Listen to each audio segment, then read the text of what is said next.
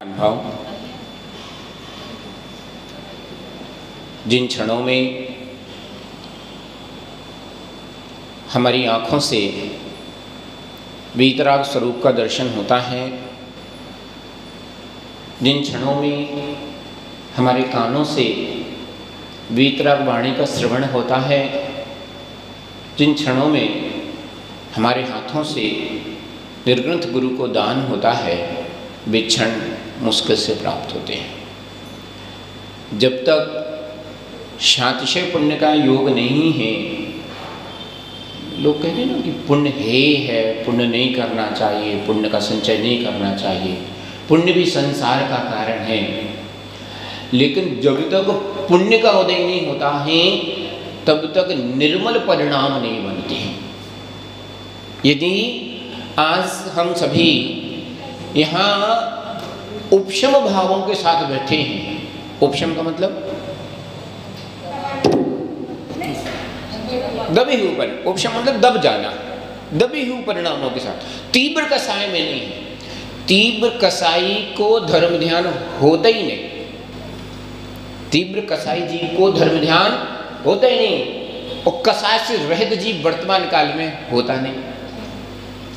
कसाय से रहित जीव वर्तमान काल में होता नहीं, तीव्र कसाय के साथ धर्म ध्यान होता नहीं। अब धर्म ध्यान करने का भी कोई साधन रह जाता है, केवल मंद परिणाम। कसाय तो है, कसाय जाने वाली नहीं है। मैं ऐसा सोचूं कि कसाय चली जाएगी तब मैं धर्म ध्यान करूंगा, ये तीन काल में संभव नहीं है। जब धर्म ध्यान करोगी तो कसाय अपने आप चली जाएगी। हमने माना धर्म ध्यान करोगे तो वह धर्म ध्यान एक दिन शुक्ल ध्यान का कारण बनता है।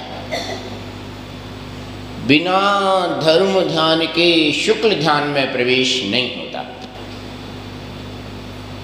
हम सोचें कि हम सीधा आर्त ध्यान रौद्र ध्यान से शुक्ल ध्यान में पहुंच जाएं, ये तीन काल में भी संभव नहीं है। क्रम से, जैसे हम छत पर चढ़ते हैं तो सीढ़ियां क्रम से चढ़ते हैं, और क्रम से चढ़ करके हम एक दिन अपने लक्ष्य को प्राप्त करते हैं। उसी प्रकार से आचार्य महाराज कहते हैं कि पहले आर्त रौद्र ध्यान छोड़ो। कौन सा ध्यान? यह आर्त ध्यान त्रिंच गति का कारण है और रौद्र ध्यान नरक गति का कारण है। पंडित दौलत राम जी ने छहढाला ग्रंथ में चारों गतियों के दुखों को कहा।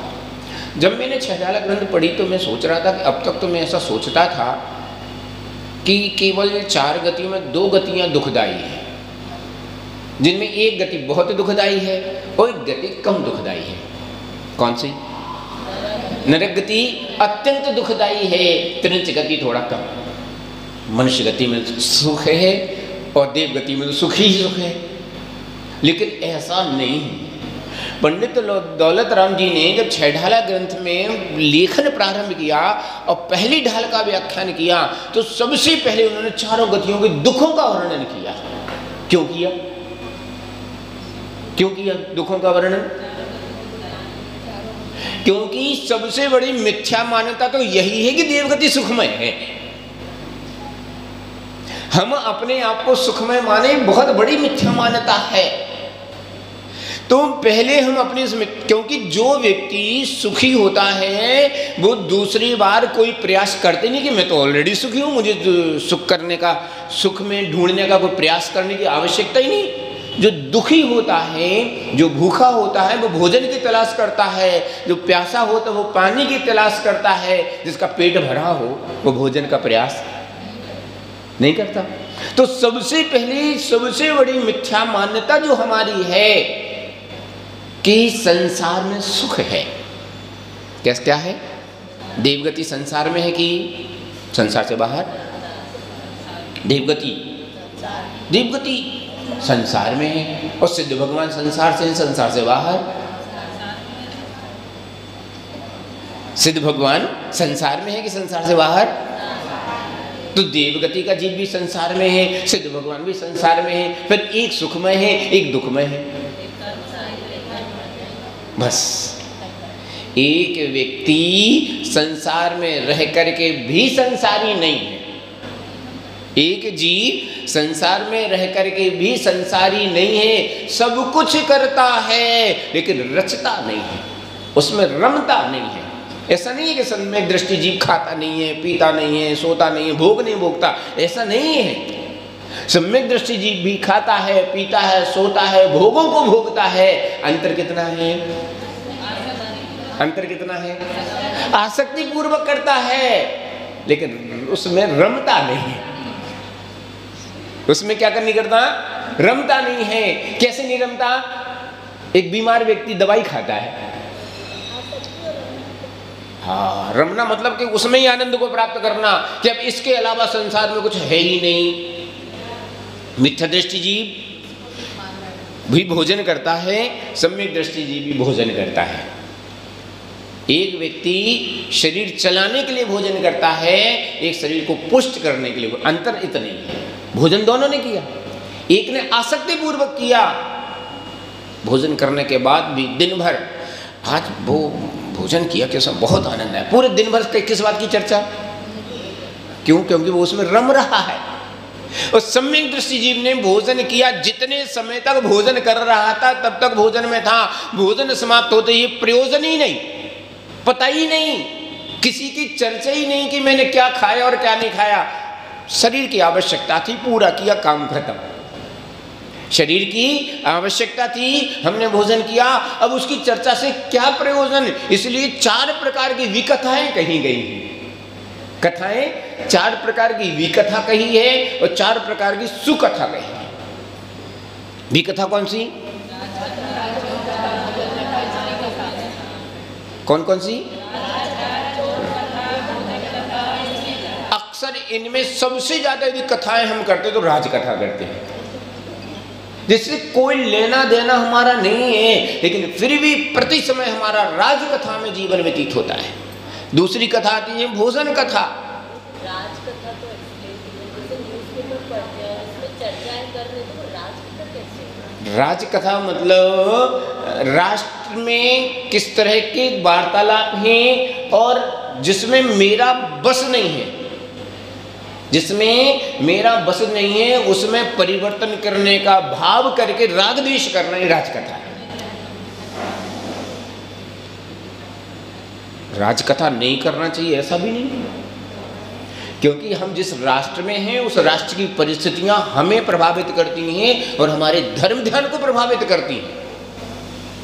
जिस राष्ट्र में हैं, जिस राजनीतिक परिवेश में हम हैं, वह राजनीतिक परिवेश हमारे धर्म ध्यान को प्रभावित करता है। तो इसलिए राजकथा नहीं करना चाहिए ऐसा नहीं है, अहरनिश नहीं करना चाहिए, प्रयोजन ही नहीं है। जब प्रयोजन, भोजन कथा नहीं करना चाहिए क्या? भोजन कथा करना चाहिए कि नहीं? करना चाहिए। राजकथा करना चाहिए कि नहीं? करना चाहिए। स्त्री कथा करना चाहिए कि नहीं? करना चाहिए। कब? कब? प्रयोजन वशात। सम्यक दृष्टि जीव अपने पुत्र पुत्रियों की विवाह करता है या नहीं करता है? तो जब विवाह करेगा तो कहीं संबंध देखेगा कि नहीं देखेगा, संबंध खोजेगा कि नहीं खोजेगा, चर्चा करेगा कि नहीं करेगा। सम्यक दृष्टि जीव भोजन करता है तो भोजन करने के पहले भोजन की सामग्रियों को एकत्रित करेगा कि नहीं करेगा, कि मुझे कैसे करना है उसके बारे में कुछ ज्ञान करेगा कि नहीं करेगा। लेकिन जब प्रयोजन पूरा हो गया उसके बाद भी करते रहना, बस इसको कहते हैं अनर्थ दंड। जब तक प्रयोजन था, प्रकाश में यहाँ बैठा हूं, मैंने अपना पंखा चलाया क्योंकि इसके बिना थोड़ा सा साता सी नहीं लग रही थी, इतना सामर्थ्य नहीं है हमारे पास। वैसे तो नहीं चलाना चाहिए नियम, लेकिन चूंकि मेरे पास इतनी सामर्थ्य नहीं है कि उसके बिना मैं धर्म ध्यान निराकुलता से कर सकूं, इसलिए उस आकुलता से बचने के लिए हमने उसको चलाया है। दोष लगेगा कि नहीं? लगेगा तो लगेगा तो, लेकिन उसके साथ हम धर्म ध्यान कर रहे हैं, उसके साथ हम क्या कर रहे हैं? धर्म ध्यान कर रहे हैं, इसलिए कम लगेगा। एक बात। और अब दूसरी बात कि धर्म ध्यान पूरा हो गया हमारा, उसके बाद हम चले गए, उसको चलता छोड़ गए, दोनों स्थितियों में चल रहा है कि नहीं? अब कितना लगेगा? ये अनर्थ दंड हो गया। प्रयोजन नहीं है उसके बाद भी उन वस्तुओं का उपयोग करते रहना यह अनर्थ दंड कहलाता है। और अनर्थ दंड ज्ञात भाव से भी होता है, अज्ञात भाव से भी होता है। तत्वार्थ जरूर पढ़ना 6वां अध्याय।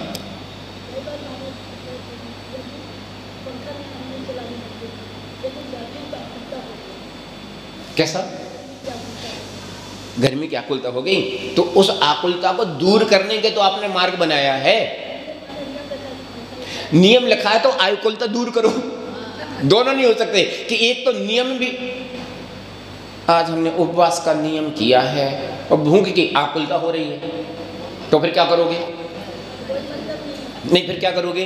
अपने भेद विज्ञान से, अपने ज्ञान से उस आकुलता को दूर करने का प्रयास करेंगे कि चूंकि मैंने संकल्प ग्रहण किया है इसलिए अब भोजन तो मैं करने वाली नहीं, मैं अपना नियम तो तोड़ने वाली नहीं। तो आकुलता किस बात की करूं? तो क्या करना? अपने मन को डाइवर्ट करना। क्या करना? अपने परिणामों को परिवर्तित करना। इसी का नाम तो स्वाध्याय है।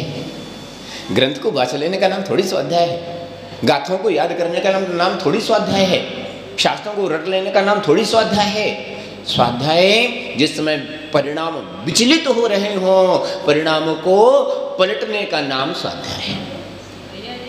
जिस समय परिणामों में आकुलता आ रही हो उस समय परिणामों को स्थिर करने का नाम स्वाध्याय है। अपने ज्ञान को दूसरों को दे देने का नाम स्वाध्याय नहीं।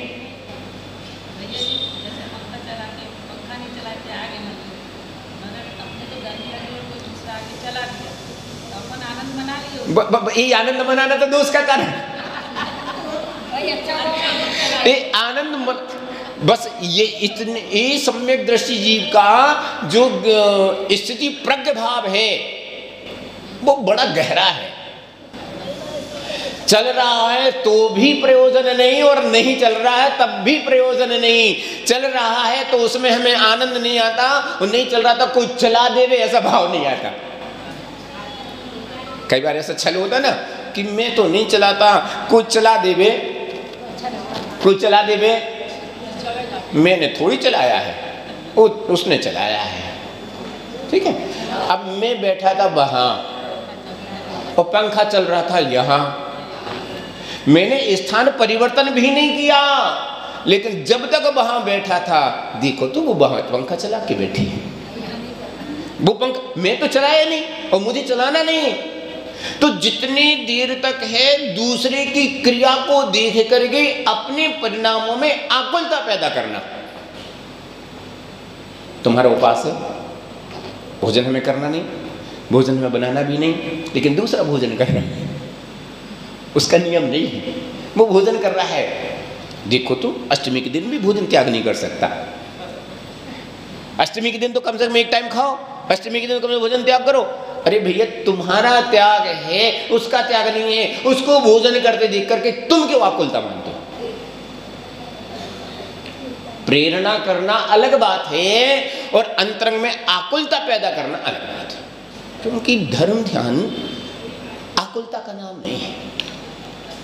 आत्म को सुख है, सुख सो सुख आकुलता बिने। एक बहुत बढ़िया परिभाषा है।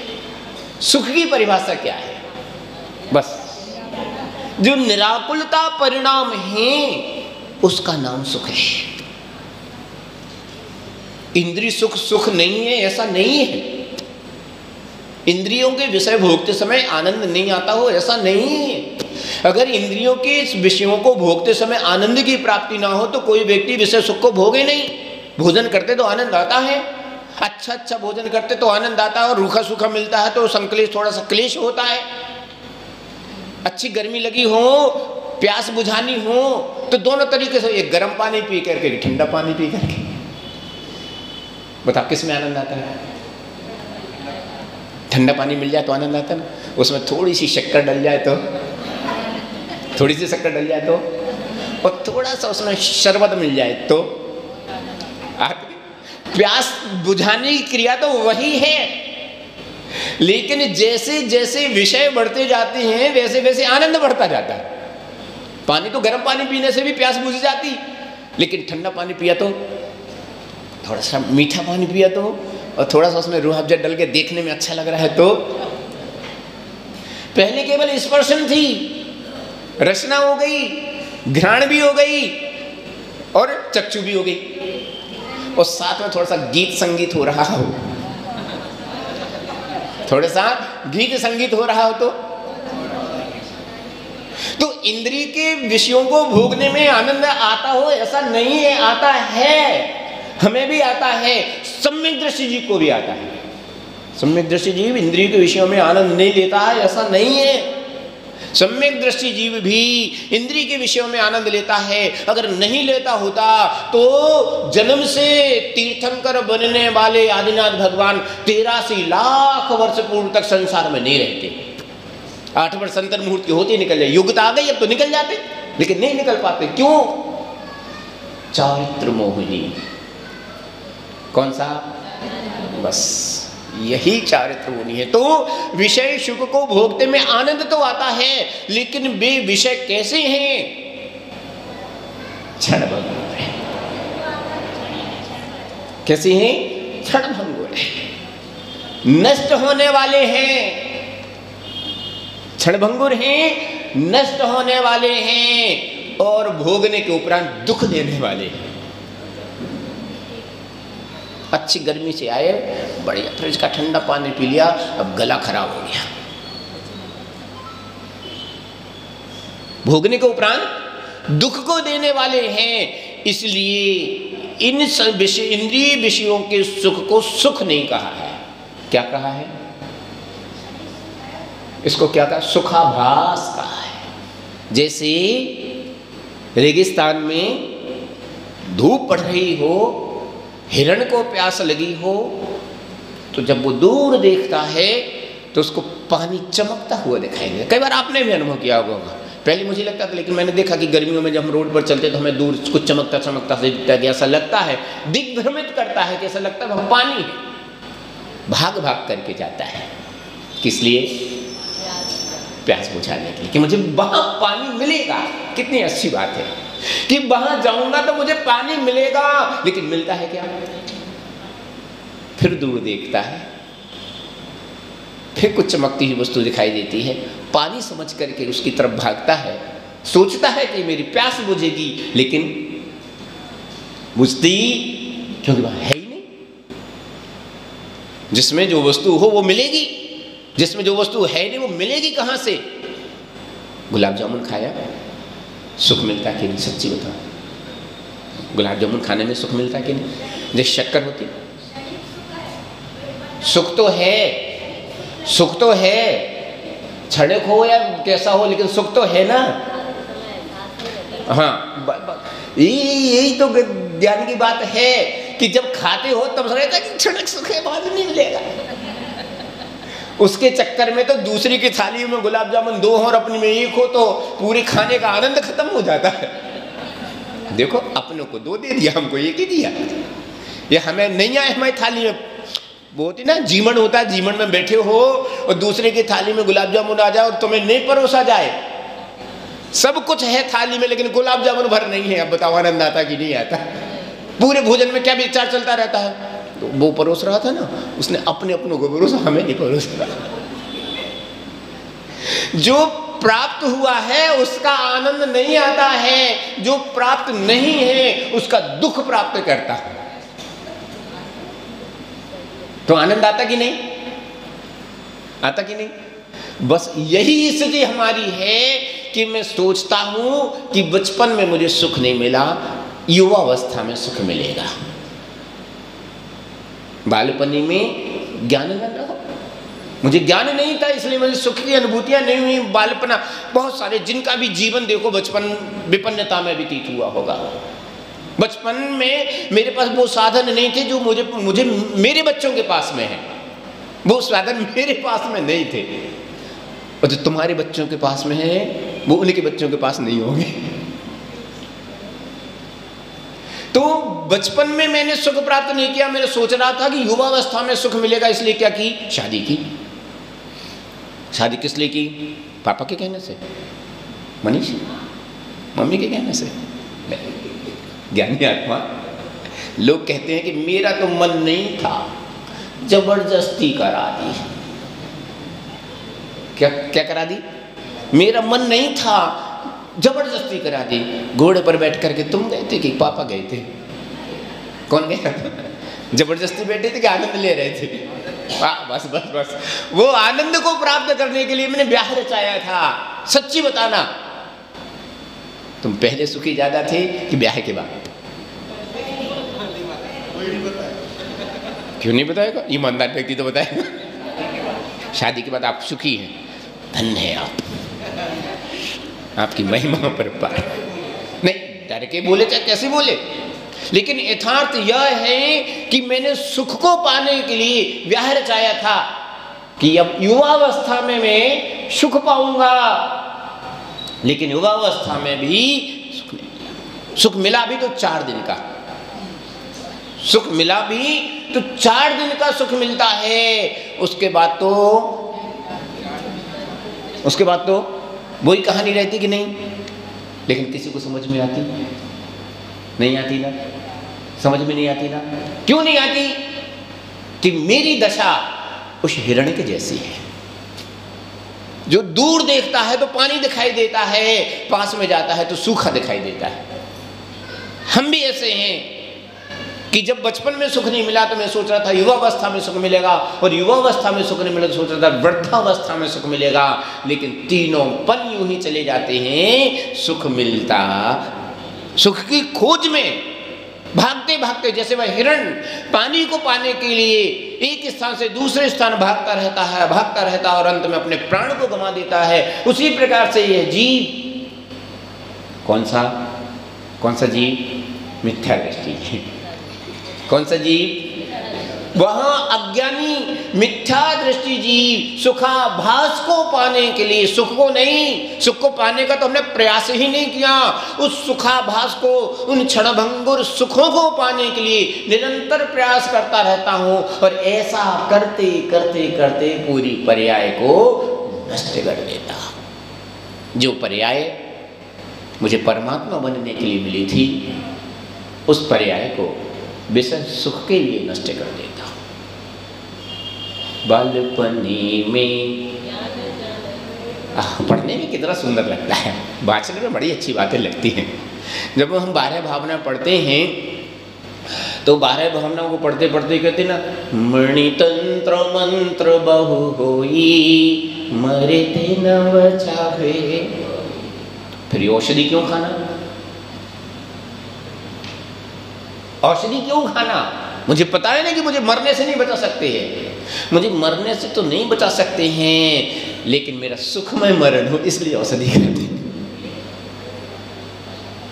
दुखमय मरण ना हो, कष्टमय मरण ना हो, इसलिए सम्यक दृष्टि जीव भी औषधि खाता है, सम्यक दृष्टि जीव भी भोजन करता है, मिथ्या दृष्टि जीव भी भोजन करता है, मिथ्या दृष्टि जीव भी औषधि खाता है। लेकिन दोनों के खाने में बड़ा अंतर है। विषय भोग को सम्यक दृष्टि जीव भी भोगता है। शांतिनाथ जैसे तीर्थंकर 96,000 रानियों के साथ विषय सुख को भोगते हैं, लेकिन भोगने के उसमें बड़ी सुंदर एक कहानी आप लोगों ने सुनी होगी कि भरत जी घर में बैरागी। कौन से भरत जी? चक्रवर्ती। उनके ही भाई को दीक्षा लेने के बाद केवल ज्ञान को प्राप्त करने के लिए 1 वर्ष तक इंतजार करना पड़ा। एक ही पिता के 2 पुत्र, एक को केवल ज्ञान को प्राप्त करने के लिए 1 वर्ष इंतजार करना पड़ा, और एक को दीक्षा ग्रहण करते ही अंतर मुहूर्त में केवल ज्ञान प्राप्त हो गया। क्या बात थी? क्या बात थी? परिणामों का परिणमन, इसको कहते हैं परिणामों की दशा। और जितने व्यक्ति यहां बैठे हैं सब देखने में एक जैसे लग रहे हैं, सबके चेहरे लगभग एक जैसे लग रहे हैं, बड़ा आनंद आ रहा है, लेकिन सबके परिणामों का परिणमन, सबके परिणामों का पूर्ण मन अलग अलग है, अपना अपना है, और सबका आनंद अपना अपना है। एक सिद्ध में कितने सिद्ध होते हैं? एक सिद्धों में अनंत अनंत सिद्ध होते हैं। तो सबका सुख कैसा होता है? अपना अपना होता है कि नहीं? कल एक बात चल रही थी कहीं कि शरीर में, देह तो शरीर है, इसके बिना नहीं चलता। अनादिकाल से शरीर और देह अनादिकाल से एक साथ हैं। कब तक रहेंगे तुम पर डिसाइड कर लेते हैं। अनंत काल तक रहेंगे इनमें नहीं कहता हूँ, ये तुम्हारे ऊपर निर्णय कि तुम चाहो तो वेद विज्ञान को अलग भी कर सकते हो, लेकिन जब तक नहीं कर, जब तक वो साथ में है नहीं है। लेकिन अनादिकाल से साथ रहने के बाद भी साथ नहीं है। समझ में आ रही बात? विषय से विषय तक पहुंचना। अनादिकाल से साथ में रहने के बाद भी साथ नहीं है। एक साथ रहने के बाद भी चेतन ने अपना स्वभाव नहीं छोड़ा और पुद्गल ने अपना स्वभाव नहीं छोड़ा। छोड़ा क्या? बोलते संगति का असर। साथ में रहे तो असर आ जाए। तो चेतन में पुद्गल के गुण आए क्या? पुद्गल ने चेतन के गुण ग्रहण किए क्या? दोनों साथ में रहते हैं, लेकिन साथ में रह करके भी जलते हैं, भिन्न कमल है। बस एक सम्यक दृष्टि जीव की दशा है। कैसी है सम्यक दृष्टि जीव की दशा? देखने में तो लगता है, जो कमल पत्र होता है ना, कमल पत्र सड़ता नहीं है, पानी में रह करके भी सड़ता नहीं है। क्यों? बस यही तत्व की बात है। देखो ज्ञानियों, तुम ग्रहण करोगे तो सड़ोगे। समझ रहे? यदि तुमने ग्रहण किया तो सड़ोगे, और जो ग्रहण नहीं करता है वो सड़ता नहीं है, फ्रेश रहता है। कमल पत्र कभी सड़ता नहीं है, उसमें कितना ही पानी रहे, लेकिन वो पानी को अपने अंदर लेकर के नहीं जाता। संसार में रहना बुरा नहीं है, संसार को अपने अंदर लेकर के आना संसारिक होने का कारण है। बता, मुनिजन कहाँ रहते हैं? संसार में रहते कि नहीं? इसी भवन में तुम भी रहते हो, इसी भवन में मुनिजन भी रहते हैं। पीछे भोजनशाला है, उधर से मैं भी आता जाता हूँ, तुम भी आते जाते हो। तुम आते जाते तो क्या देखते हो? भले नहीं खाना हो, फिर भी नहीं खाना हो, लेकिन एक बार नजर तो क्या बना है, अच्छी खुशबू आ रही है। उसी भोजनशाला के पास से मैं निकलता हूं, कभी कभी माता जी यदि निकल जाए तो उनकी दृष्टि में क्या आता है? बस बात तो यही है, जिस तरफ रुचि होती है उस तरफ लक्ष्य जाता है, और जिस तरफ रुचि नहीं होती उस तरफ लक्ष्य ही नहीं जाता। उपवास जिस दिन किया हो उस दिन रसोई घर की याद नहीं आती। आती क्या? और भूख भी नहीं लगती। उपवास नहीं लिया हो, संकल्प नहीं किया हो तो 10-11 बजते अपने आप भूख लगने लगती कि नहीं? अभी वो 10वीं का व्रत बहनों ने किया था तो भूख लगी थी, थोड़ी बहुत लगी, शाम को 5-8 बजे के आसपास बहन थोड़ा बहुत शरीर में कमजोरी लगी होगी, वो बात अलग है। लेकिन समय के साथ भूख जो लगती वो लगी नहीं होगी। क्यों? क्योंकि लक्ष्य नहीं था। आज तो मुझे खानी नहीं है, आज मेरा नियम है। बस यही सम्यक दृष्टि और मिथ्या दृष्टि जीव के परिणाम। जीव में अंतर नहीं। ये दो बैठे ना, इसमें एक सम्यक दृष्टि एक मिथ्या दृष्टि हो सकता है। कौन है? भगवान की पूजन करते हुए भी एक सम्यक दृष्टि मिथ्या दृष्टि हो सकता है। नीलकंठ मुद्रा को धारण किए भी एक सम्यक दृष्टि मिथ्या दृष्टि हो सकता है। लेकिन कौन है?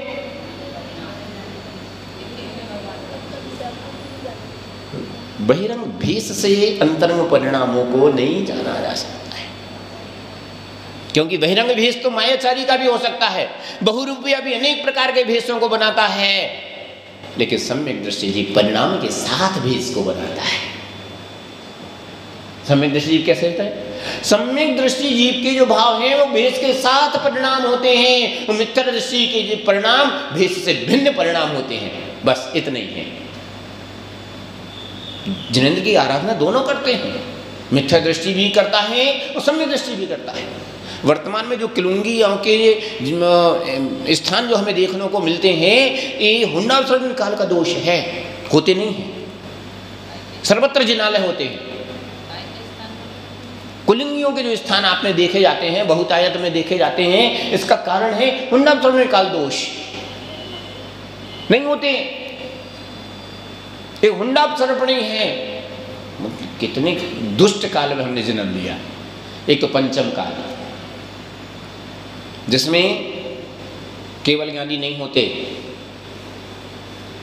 रिद्धिधारी मुनिराज नहीं होते, प्रत्यक्ष ज्ञानी मुनिराज नहीं होते, विशेष रिद्धियों को धरने वाले मुनिराज नहीं होते, विशिष्ट ज्ञानी मुनिराज भी नहीं होते। ध्यान रखना, विशिष्ट ज्ञानी, क्योंकि अंतिम श्रुत केवली भद्रबाहु स्वामी खत्म मामला, फिर अंग अंग के धारक खत्म। जिनागम कितना विशाल है,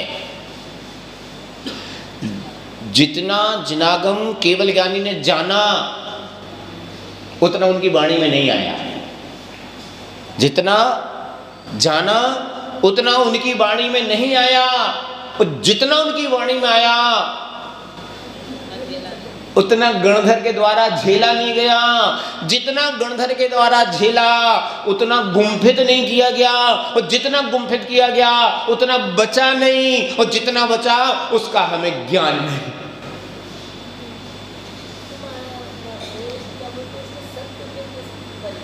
किसको? जैसे भगवान ने जितना जाना उन्होंने कहा नहीं, जितना कहा उतना बुझा नहीं, बुझा नहीं मतलब इनकम्प्लीट चीज को अपने पास आई है, तो फिर इनकम्प्लीट चीज में सत्यता कैसे है? मैंने कहा कि इनकम्प्लीट है। जितना जितना में क्या है? देखो, शक्कर है, शक्कर खाओ, अब मुझे बताओ कितनी मीठी है। तुमने खाई, अब मुझे बताओ कितनी मीठी है। फिर ऐसे कैसे हो? तो धर्म भी ऐसे ही आनंद है कि जितना उन्होंने जाना वो बता नहीं सकते, संभव ही नहीं है, तुम जान लो।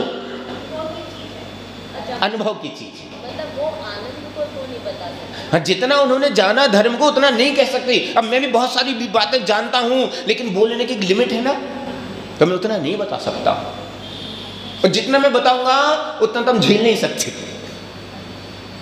मैंने 1 घंटे का प्रवचन होता है, आपके पास कितना बचा रहता है? कभी पूछूं कि 1 घंटे माता जी का प्रवचन हुआ, क्या कहा 1 घंटे में? 2-4 बातें ही कह पाओगे, इतना पता है। समझ में है? तो इनकम्प्लीट नहीं है, जितना है वो अपने आप में कंप्लीट है। जैसे चारित्र कैसे पालन करना चाहिए, अहिंसा व्रत कैसे पालन करना चाहिए, अब उसमें सामान्यतः कह दिया जिससे जीवों का कष्ट ना हो वो अहिंसा महाव्रत है। अब कितने प्रकार से कष्ट नहीं होगा ये तुम्हारे ऊपर निर्भर करता है।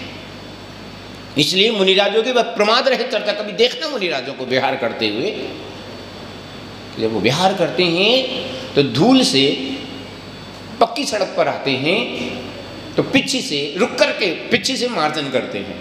क्यों किया?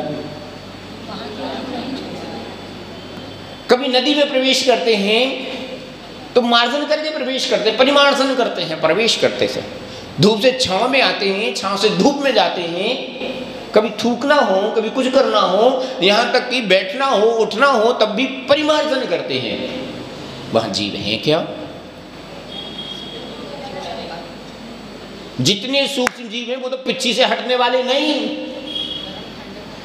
जो सूक्ष्म जीव हैं जो हमें आंखों से दृष्टिगोचर ही नहीं है, वे तो सर्वत्र हैं, ठसाठस भरे हुए हैं। वो दृष्टिगोचर नहीं है तो वो पिच्छी से हटने वाले भी नहीं है। फिर क्या है? प्रमाद। दोष किसका है? प्रमाद का। प्रवचन सार में आचार्य कुंद कुंद स्वामी महाराज ने एक गाथा कही है, मरदुवा जीवदुवा आयाचार निश्चिदाहिंसा। जीव मरे या ना मरे, लेकिन अयत्नाचार प्रवृत्ति होने के कारण नित्य ही हिंसा है। जीव के जीने से, मरण से हिंसा का लेना देना नहीं। मुनिराज विहार करते हुए उन्होंने पैर आगे बढ़ाया, अचानक चींटी नीचे आ गई, चींटी मर गई, लेकिन वे अबंधक हैं। क्यों हैं? क्योंकि प्रमाद रहित चर्या है। चाकू डॉक्टर भी मारता है और डाकू भी लगाता है। चाकू डॉक्टर भी चलाता है और डाकू भी चलाता है, और दोनों के में व्यक्ति मर जाता है। डॉक्टर की चाकू चलाने से भी मरा और डाकू के चाकू चलाने से मरा। अब दंड किसको मिलेगा? क्यों डॉक्टर को दंड क्यों नहीं मिलेगा? उसने भी तो चाकू चलाई थी। बस बस बस बस बस, इसी का नाम तो धर्म है, और कोई धर्म थोड़ी है। अंतरंग में जो परिणाम है, उन परिणामों के परिवर्तन का नाम धर्म है। अभी हम बहुत ऊपर का धर्म जानते हैं, अंतरंग के परिणाम वे धर्म के हैं, वो धर्मात्मा ही समझ सकता है। धर्म का आनंद, जैसे मैंने कहा ना, शक्कर कितनी मीठी है, कितनी मीठी है बोलो? नहीं ऐसे थोड़ी, कितनी मीठी है। कहा जा सकता है कि मीठी है, बहुत मीठी है, बहुत मीठी है, लेकिन यथार्थ में कितनी मीठी है उसका आनंद तो खाने वाला ही जानता है। वो अनुभव का आनंद कहलाता है। धर्म का आनंद क्या है, धर्मात्मा ही जानता है। तीर्थंकर का अभिषेक करने का आनंद क्या है, ये तो करने वाला जानता है। जिसने कभी अभिषेक किया ही ना हो वो क्या जानेगा। दान का आनंद क्या है, ये दाता ही जानता है। जिसने कभी दिया ही ना हो वो दान का आनंद क्या जानेगा। तो यहाँ आचार्य कुंद स्वामी महाराज रेणसार ग्रंथ में पिछली गाथाओं में इसी सम्यक दृष्टि और मिथ्या दृष्टि जीव के परिणामों की चर्चा कर रहे हैं। किसकी चर्चा कर रहे हैं? अच्छा लग रहा कि नहीं? ये जीवों के परिणामों को सुनने की चर्चा जब इतनी अच्छी लग रही है तो धर्म का आनंद कितना अच्छा लगता होगा। केवल परिणामों की चर्चा सुनने में इतना अच्छा लगता है तो वह आचरण जब होता होगा तो कैसा लगता होगा। इसके लिए कभी थोड़ा सा धर्म ध्यान सामयिक करने बैठे करो। इसीलिए मुनिजन 3 बार सामयिक करते हैं। तो तीनों बार उनका मन लगता क्या? मुनिराज 3 टाइम सामयिक करते, तीनों बार मन लगता क्या? मुझसे पूछो। नहीं लगता, लेकिन ना लगने पर भी छोड़ते नहीं है। ना लगने पर भी छोड़ते नहीं है। थोड़ा सा भी लग गया तो कल्याण हो जाएगा। इसलिए द्रव्य चर्चा को छोड़ना नहीं चाहिए। द्रव्य चर्चा चल रही है, भाव चर्चा तो तुम्हारी खुद की अपने अंदर की अनुभूति की विषय है। जितने लोग बैठे हैं सबकी भाव चर्चा का, सबका आनंद अपना अपना है। किसी को लग रहा होगा 9:30 बज गए जल्दी छोड़ो, कहने की बात मतलब कह रहा हूं कि भाव चर्चा तो सबके परिणाम अपने अपने अलग हैं। द्रव्य चर्चा में आनंद आ रहा है, बस भाव का आनंद। इसलिए भाव ना लगते हुए भी क्रिया को करते रहना चाहिए। कई बार बोलते ना मन ही नहीं लगता तो करने से क्या फायदा।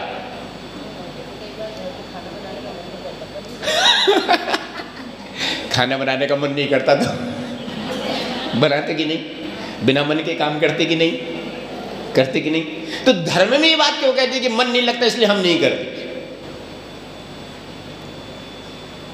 नहीं लगने दो मन। आज नहीं लगेगा कल लगने लगेगा। जब तक समझ में नहीं आता तब तक आनंद नहीं आता। जब हम छोटे थे, हम लोग, हमसे बड़े भाई बहन थे, वो मोटी मोटी पुस्तकें पढ़ते थे। हम लोगों की छोटी छोटी पतली पतली सी होती थी। उनको पुस्तकों को देख करके हमें लगता था कैसे पढ़ते होंगे, कैसे समझ में आता होगा। लेकिन जब हम खुद उस क्लास में पहुंचे तब वो समझ में आने लगी कि नहीं। मैं उस क्लास में पहुंचूं नहीं और सोचूं कि मुझे वो समझ में आने लगे, 3 काल में संभव नहीं है। मुनियों का आनंद क्या है, बिना मुनि बने उस आनंद को प्राप्त किया जा सकता। सम्यक दृष्टि का आनंद क्या है, बिना श्रद्धा के समझ में आ सकता। आनंद लेना हो कि आनंद है क्या तो उसको करो। आज नहीं आएगा कल आएगा, कल नहीं आएगा परसों आएगा, परसों नहीं आएगा, एक ना एक दिन आनंद अवश्य आएगा। और जितनी बार पढ़ोगे उतना आनंद आएगा।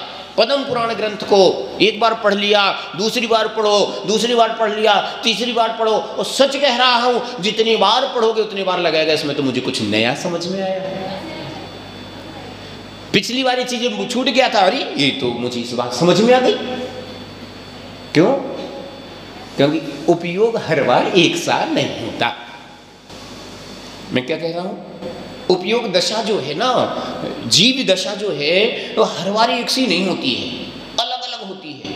और जैसी जीव दशा होती है उसको तत्वों का आनंद वैसा आता है। मंदिर तो आप रोज जाते, षटकर्माणि दिने दिने, है ना? षटकर्माणि दिने दिने, देव पूजा गुरु उपासते स्वाध्याय संयम तपः दानम चेति गृहस्थानम षटकर्माणि दिने दिने, दिने दिन रोज रोज करता हूं। सच्ची बताना, रोज के दर्शन एक जैसे होते क्या?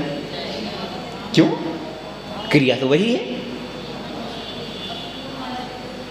जैसी मेरी परिणति होती है वैसे मुझे परमात्मा में परिणति दिखाई देती है। मन प्रसन्न होता है तो लगते आज भगवान बड़े प्रसन्न दिख रहे हैं। भगवान प्रसन्न होते क्या? पाषाण पर प्रसन्न होता है क्या? नहीं होता। आज मेरा मन प्रसन्न है इसलिए सब प्रसन्न दिखाई देते हैं। और जिस दिन तुम्हारा मन खिन्न हो उस दिन मंदिर में अच्छा ही लगता। मंदिर में तो हो लेकिन अच्छा नहीं लग रहा। क्यों नहीं लग रहा? मन के परिणाम ठीक नहीं है, अपने परिणाम ठीक नहीं है।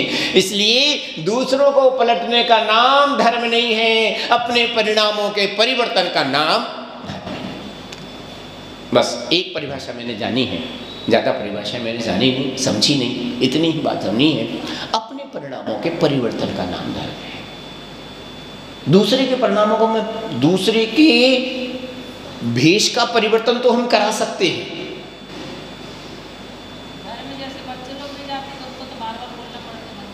एक बार बोल लो, दो बार बोल लो, नहीं जाए तो उनके पीछे परिणाम अपने क्यों खराब करते हो? क्योंकि सबकी परिणति अपनी अपनी। हाँ तो बोलो ना, लेकिन बोलने के साथ अपने परिणामों में आकुलता पैदा नहीं करो। कर्तव्य करना अलग बात है, उस कर्तव्यों के साथ संकलेश पैदा करना ही अलग बात है। तो वो संकलेशता का निवारण करना तो धर्म है। धर्म है क्या? द्रव्य चढ़ाना धर्म है, कलश ढाल देना धर्म है। धर्म है क्या? यथार्थ धर्म वह है परिणामों के परिणमन का नाम, परिणामों के परिवर्तन का नाम धर्म है। जब अभिषेक करते समय परिणामों में विशुद्धि उत्पन्न होती है, आह्लाद उत्पन्न होता है कि आज आनंद आ गया। रोज पढ़ती हो तुम, कभी कभी अच्छा लगता है, कभी कभी बड़ा मन लगता है। रोज पूजा करते हैं, कभी कभी बड़ा मन लगता है। और जब मन लगता है तो इसका नाम आनंद है। मन क्यों लग रहा है? समझ में आ रहा है, आनंद आ रहा है। इसलिए बस धर्म की इतनी ही बात समझना। मैं नहीं कहता कि ये छोड़ दो वो छोड़ दो, कुछ नहीं छोड़ना। सबको छोड़ते छोड़ते उसमें कर्तृत्व का भाव छोड़ने का नाम धर्म है। किसका नाम? मैं इनका करता हूं, मैं इसका करता हूं। एक कर्तव्य भाव क्या कि मैं इसका ऐसा कर सकता हूँ। गुरु सोचता है मैं शिष्य का कल्याण सोचता हूँ, शिष्य सोचता है मैं गुरु का कल्याण कर सकता हूँ, पति सोचती है मैं पति सोचता है मैं पत्नी का काम करता हूँ, पत्नी सोचती है कि मैं पति का काम करता हूँ, पिता सोचता है मैं बच्चों का काम करता हूँ, बच्चे सोचते हैं कि मैं पिता का काम करता हूँ। कोई किसी का, सब अपने अपने परिणामों के, अपने अपने पाप पुण्य के भोगता है, मात्र भोगता है। तुम अपने परिणामों के कर्ता तो हो कि हमें अपना परिणाम क्या, शुभ अशुभ कर्म 3 प्रकार के। देखना सारी बातें आएंगी वहीं। कर्म 3 प्रकार के। कौन कौन से? द्रव्य कर्म, भाव कर्म। सबसे पहला कर्म द्रव्य कर्म, भाव कर्म। सबसे पहला भाव। ये राग द्वेष रूप जो परिणाम हैं ये किसके हैं? दूसरे के हैं। दूसरे के निमित्त से भले ही हुए हों, लेकिन है तो उसी निमित्त से किसी के परिणाम अच्छे होते हैं और उसी निमित्त से किसी के परिणाम बुरे होते हैं। निमित्त तो एक ही है। निमित्त में अंतर है क्या? दिगंबर मुनिराज को देख करके किसी के परिणाम अच्छे होते हैं, किसी के परिणाम खोटे हो जाते हैं। मुनिराज तो एक ही है, जिसकी श्रद्धा है उसके परिणाम अच्छे।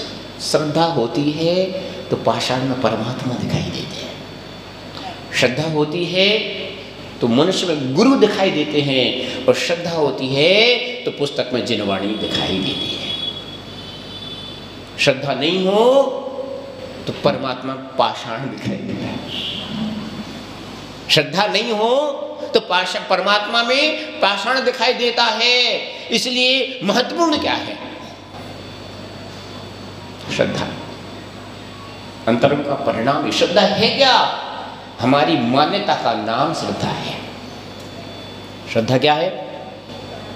मनीष भैया, ये दो जन आप बैठे हो अगल बगल में, ये तुम्हारा मित्र है कि शत्रु? क्यों है मित्र? क्योंकि इसने तो कभी तुम्हारा अपकार नहीं किया, इसलिए वो मित्र है।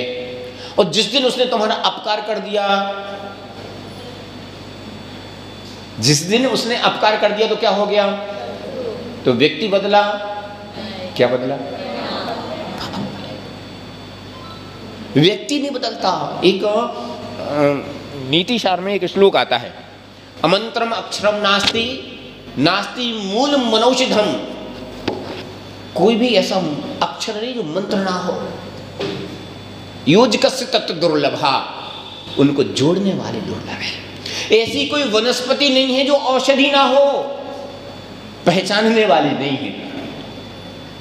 ऐसा कोई व्यक्ति नहीं है जो मनुष्य ना हो, अच्छा ना हो। वही व्यक्ति किसी दूसरे के साथ अपकार करता है और वही व्यक्ति किसी के साथ उपकार करता है।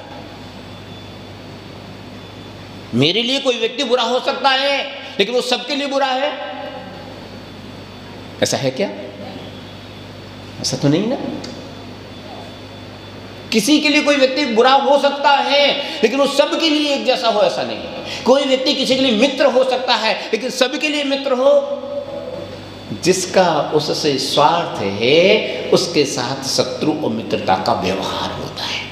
जब तक काम निकलता है, कोई व्यक्ति हमारा काम कर लेता है, कोई व्यक्ति, मैं ही बैठा हूँ, मेरी बात आप मान लो, मैं जो आपको कह रहा हूँ आप मान लेते तो मनीष भाई बहुत अच्छे हैं, है कि नहीं? और किसी दिन मनीष भैया ने आके कह दिया, भैया जी आप ऐसा करते तो अच्छा नहीं है, थोड़ा ठीक कर लो। ये तो बहुत खराब आदमी है, दोषी दिखता रहता है। व्यक्ति में व्यक्ति बदला क्या?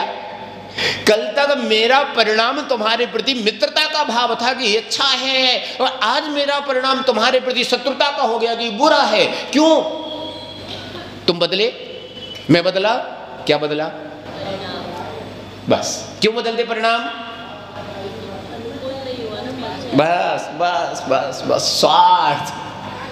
जब तक स्वार्थ सदता है तब तक सब अपने लगते। दुर्ग समाज बहुत अच्छी है, क्यों? क्योंकि मेरी सेवा कर रही है। यथार्थ कि नहीं?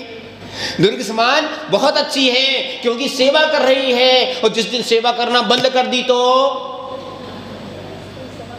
समाज खराब हो जाएगी। ऐसा ही है कि नहीं? तो परिस्थितियां बदलती रहती हैं, और उनके बीच में जो सम्यक दृष्टि जीव है, अपने को तटस्थ रखता है, वह प्रज्ञ भाव कहलाता है, स्थिति प्रज्ञ भाव कहलाता है, और वही कहलाती है साधना। उसी का नाम है चारित्र। बस गे रूप में जानना, देखना, लेकिन उसमें रमना नहीं। जानना, देखना। क्या विषय भोगों को हम नहीं जानते, हम नहीं देखते हैं? दौलत राम जी ने तो कहा है, बिन जाने ते दोष गुणन को कैसे तजिए गई है। दोष को भी जानो और गुण को भी जानो। किस लिए? गुणों को ग्रहण करने के लिए जानो, और दोषों को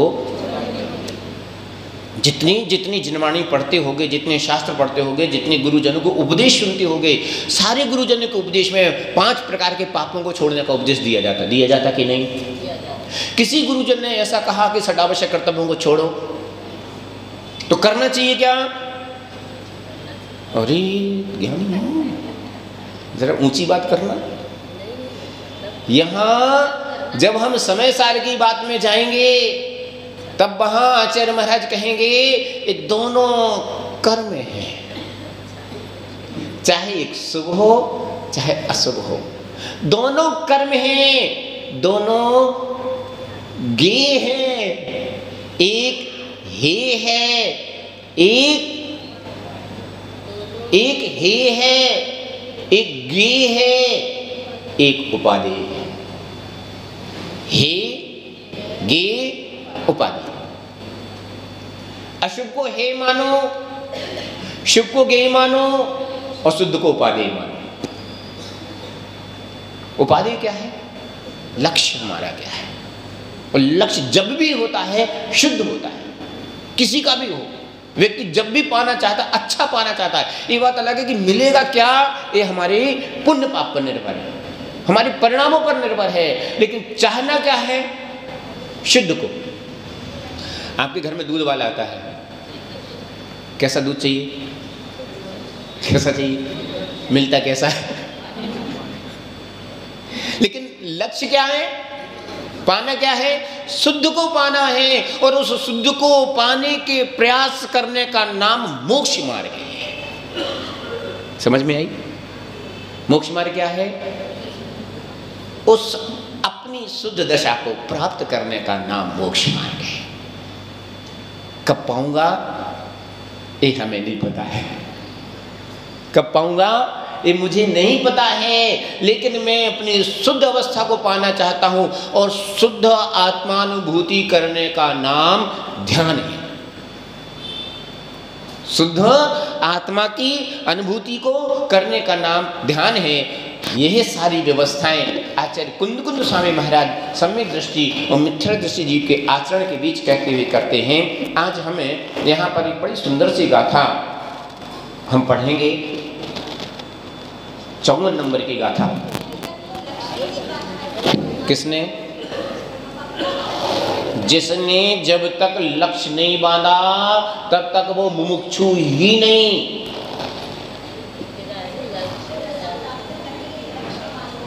जब तक लक्ष्य निर्धारित नहीं किया तब तक वो मुमुक्षु नहीं। क्यों? जैसा मैं लक्ष्य बनाऊंगा वैसे रास्ते पर चलूंगा। मुझे संसार मार्ग पर जाना है तो संसार के रास्ते पर चलूंगा, और मुझे मोक्ष मार्ग पर जाना है तो मोक्ष मार्ग के रास्ते पर चलूंगा। जैसा मैं लक्ष्य पाना चाहता हूं, किसी को डॉक्टर बनना है और वह गणित लेकर के पढ़े तो मूर्ख कहलाएगा। भटकने यात्रा जब भी हो लक्ष्य के साथ हो। जाना कहाँ है? जब आप बस में बैठते हो और कंडक्टर से टिकट मांगती हो तो वो क्या कहता है? कहाँ जाना है? बोलो कहीं की दे दो। ऐसे कैसे कहीं की दे दो? बताओ तो जाना कहाँ है? मुझे पता ही नहीं। तो कहेगा गाड़ी में बैठे कह को। अब वो कहाँ की देगा? कहीं की नहीं देगा। बोले भैया गाड़ी से उतरता तो खुद ही पता नहीं है, तुम खुद ही दिग्भ्रमित। कितनी सुंदर बात आई। जो व्यक्ति स्वयं में भ्रमित हो वो संसार के लोगों को मार्ग पर लगा सकता नहीं। जो खुद ही दिग्भ्रमित है, खुद का मार्ग पता नहीं, वो दूसरों को क्या मार्ग बताएगा? जो खुद अंधकार में है दूसरों को प्रकाश की परिभाषा बता सकता। जिसने प्रकाश को प्राप्त किया है, स्थितीकरण एक अंग आता है। जो स्वयं स्थित है वो दूसरे को स्थित करेगा। जिसके परिणाम ही खुद स्थिर नहीं है वो दूसरे को क्या स्थित करेगा? इसलिए यहाँ पर आज समय हो रहा है, भरत क्षेत्र में कैसे लोग हैं और उनमें हम सब भी हैं। आप सब कौन से क्षेत्र में हो? भरत क्षेत्र में, ऐरावत क्षेत्र में? भरत क्षेत्र में कि ऐरावत क्षेत्र में? भरत क्षेत्र में हो? हाँ तो ठीक है, चलो। अज्जव सप्पणी भर हे, अज्जवि सप्पणी भर हे, पौरा रुद्दठ झाणिया दिठा, पौरा रुद्दठ झाणिया दिठा, रट्ठा दुट्ठा कट्ठा। पढ़ने में कितना अच्छा लगता है। रट्ठा दुट्ठा कट्ठा, पविट्ठा किन्नलीका ओदा, पाविट्ठा किन्नलीका ओदा। पढ़िए।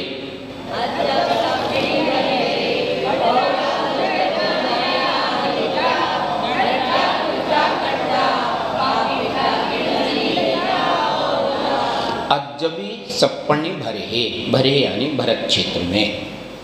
क्षेत्र कितने हैं? कितने हैं? 7 क्षेत्र हैं। कितने क्षेत्र हैं?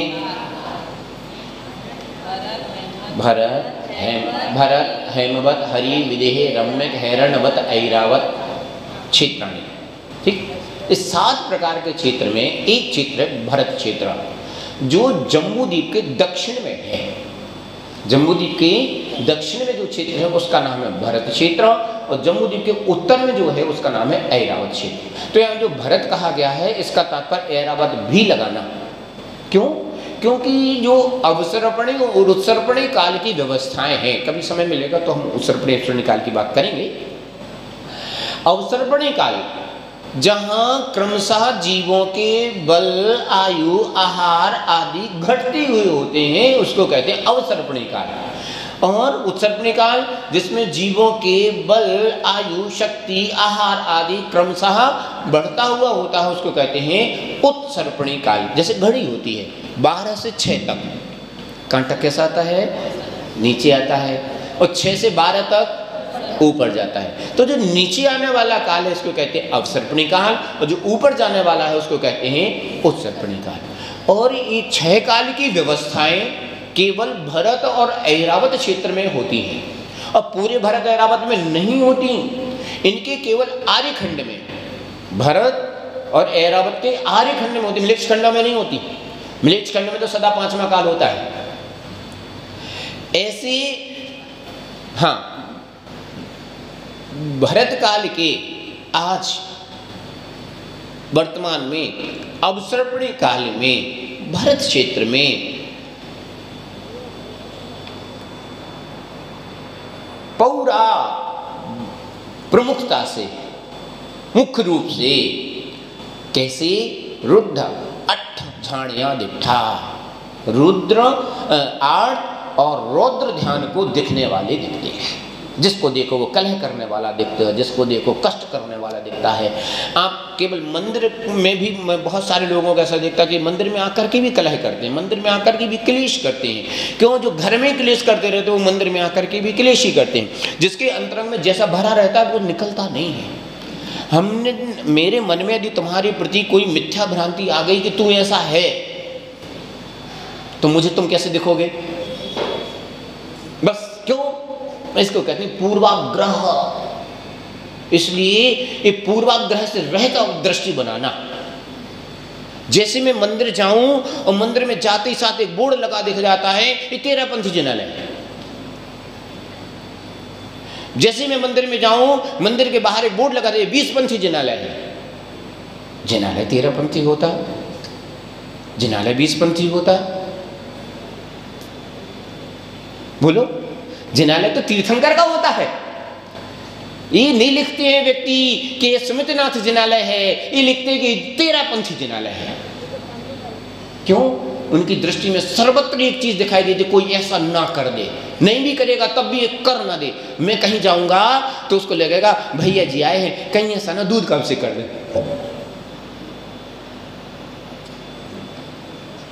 कभी मान्यता को ध्यान रखना। एक बात और कहूं मैं आपसे, तीर्थंकर भगवान का अभिषेक किन द्रव्यों से किया जाना चाहिए, आगम में इसका कोई वर्णन नहीं।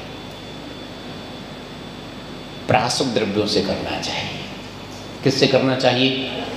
प्रासुक द्रव्यों से करना चाहिए। कैसे करना चाहिए? जिससे तुम्हारे परिणाम अच्छे हैं। बस अभिषेक करने का तात्पर्य क्या है?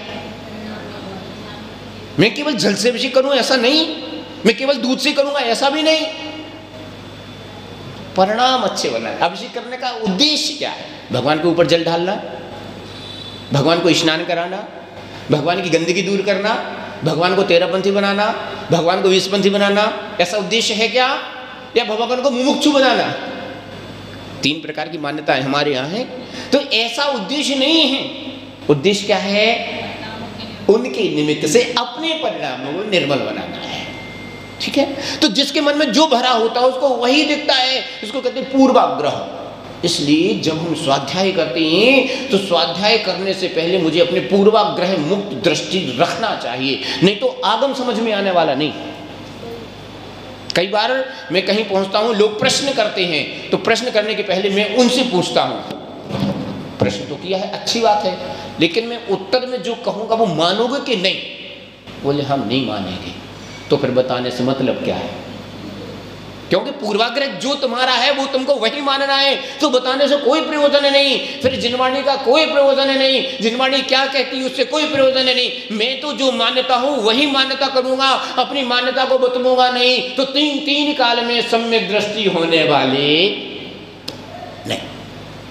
आचार्य महाराज कहते हैं कि मैं पूरा आगम मानता हूं, लेकिन आगम के एक शब्द को नहीं मानता हूं, तो मैं तत्क्षण मिथ्या दृष्टि कहलाता हूं। पूरे आगम को मन में सारी बातें तो मानता हूं, बस ये बात अच्छी नहीं लगती। क्यों नहीं लगती? तुमको नहीं अच्छी लगती ये बात अलग है, लेकिन आगम में आई है इसलिए उसको श्रद्धा करो। हाँ ठीक है, कैसा करना? आगम में इसका वर्णन है इसलिए मैं उसकी श्रद्धा करता हूं। मैं अपने मन के अनुसार आगम नहीं चलाता हूं, आगम के अनुसार अपने मन को बनाता हूं। जो मन के अनुसार आगम को बनाना चाहे वो मिथ्या दृष्टि, और जो आगम के अनुसार अपने मन को बनाता है, बस इतनी सीधी सी तो परिभाषा है। अब अपने अपने में लगा लेना कि हम कैसे हैं, दूसरे से पूछने की आवश्यकता नहीं है। तो यहाँ पौरा प्रचुरता से आर्त और रुद्र ध्यान वाले दिखाई देते हैं। कैसे? रत्था नष्ट व्यक्ति। कैसे नष्ट व्यक्ति? अब नष्ट व्यक्ति का मतलब क्या? जो अपना तो धर्म ध्यान नष्ट करता ही है, साथ में दूसरे का भी करता है। हम मंदिर में निर्मल परिणामों के साथ मैंने प्रवेश किया, और वहां बैठे बैठे लोगों ने, किसी ने मुझे टोक दिया। ये टोका करने वाले लोग बड़े खतरनाक होते हैं, और अक्सर वो लोग होते हैं जो मंदिर में ज्यादा पूजा करते हैं, अक्सर मंदिर में रोज बैठा करते, वो टोका टोके करते हैं। कोई जाएंगे अभिषेक करेगा तो कोई कहेगा कलश ऐसा पकड़ो, कोई कहेगा कलश ऐसा पकड़ो, तीसरा व्यक्ति पीछे से आकर के ऐसा ऐसा करने लगेगा, है। चौथा व्यक्ति कहेगा अभी तुमने हाथ नहीं धोए हैं, अभी तुम हाथ धो लो। चौथा कहेगा तुमने हाथ को अपने माथे पर लगा लिया है। व्यक्ति इतने निर्मल परिणाम लेकर के भगवान का अभिषेक करने गया था, और तुमने जहाँ से ज़्यादा टोका टाकी था उसका परिणाम खराब हो जाता है। तो नष्ट, ऐसे नष्ट परिणाम वाले, नष्ट चित्त वाले व्यक्ति बहुत मिलते हैं। केवल मंदिर की बात नहीं कर रहा हूँ, सर्वत्र कहीं मैं अच्छे परिणाम लेकर के जाता हूँ और व्यक्ति किसी ना किसी प्रकार से टोका टाकी कर देता है, और परिणामों में आकुलता हो जाती है। परिणामों में हमारे जो निर्मल परिणाम हैं उन परिणामों को नष्ट कर दिया जाता है। अरे लोगों को मारने वाला तो हत्यारा कहलाता ही है, लेकिन यहाँ पर जिन शासन में आचार्य महाराज कहते हैं दूसरे के निर्मल परिणामों की हत्या करने वाला भी, उसको दंड केवल जिन शासन देता है, लोक का शासन दंड नहीं देता। परिणामों की हत्या करने वालों को दंड केवल जिन शासन में प्राप्त होता है। तो नष्टा नष्ट परिणाम वाले हैं, दुष्टा दुष्ट परिणाम वाले हैं, कष्टा क्लिष्ट परिणाम वाले हैं, पविट्ठा ऐसे पापी जीव जो हैं। कीर्ण नील काओदा, कृष्ण और नील और कापोत, लेशियां 6 प्रकार की होती हैं। कितने प्रकार की? कृष्ण, नील, कापोत, पीत, पद्म और शुक्ल। इन 6 लेशियाओं में 3 लेशियां क्रमशः अशुभ हैं, अशुभ, अशुभतम, अशुभतर, और 3 लेशियां शुभ हैं, शुभ, शुभतम, शुभतर। इस तरह से ये 3 अशुभ लेशियां वाले लोग प्रचुर मात्रा में देखे जाते हैं। इसलिए पंचम काल में जब आगम ही इस बात को कह रहा है कि जहाँ भी देखो वहाँ दुष्ट परिणाम वाले जीव प्रचुरता में होते हैं, उन सब के बीच में यदि मेरे निर्मल परिणाम बन रहे हैं तो समझना कि मैं बहुत पुण्यशाली हूँ।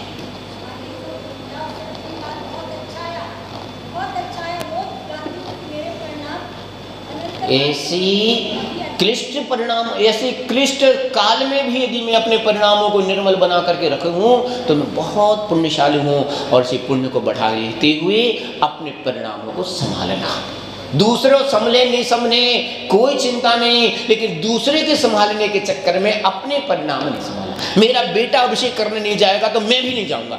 अरे बेटे की जेल से तुम जानो, तुम तो कम से कम कर लो।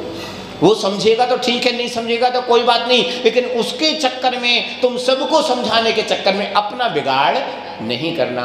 यही तत्व की बात है, यही धर्म की बात है, यही हमारे रहन सहन की बात है। जबले आचार्य कुंद कुंद स्वामी महाराज की के बाद एक गाथा हमने 54 नंबर की गाथा पढ़ी है। मैंने आगे विषय इसलिए नहीं बढ़ाया कि माता जी का विषय चल रहा है, कल माता जी आएंगी तो माता जी आगे अपने विषय को संपन्न करेंगे। आइए हैं, हाँ, जैसे शुभ परिणाम जो हम लगाते हैं ना, गुण खाण और मिश्री, गुड़ खाण और मिश्री एक क्रमशः मीठी होती है। गुड़ गुड़ से ज़्यादा मीठा, खाण से ज़्यादा मिश्री मीठी, तो ऐसा समझना है ना, जिसमें तारतम्यता पाई जाती है परिणामों की। चलिए, जल चंदन अक्षत पुष्प पूजा को ठान,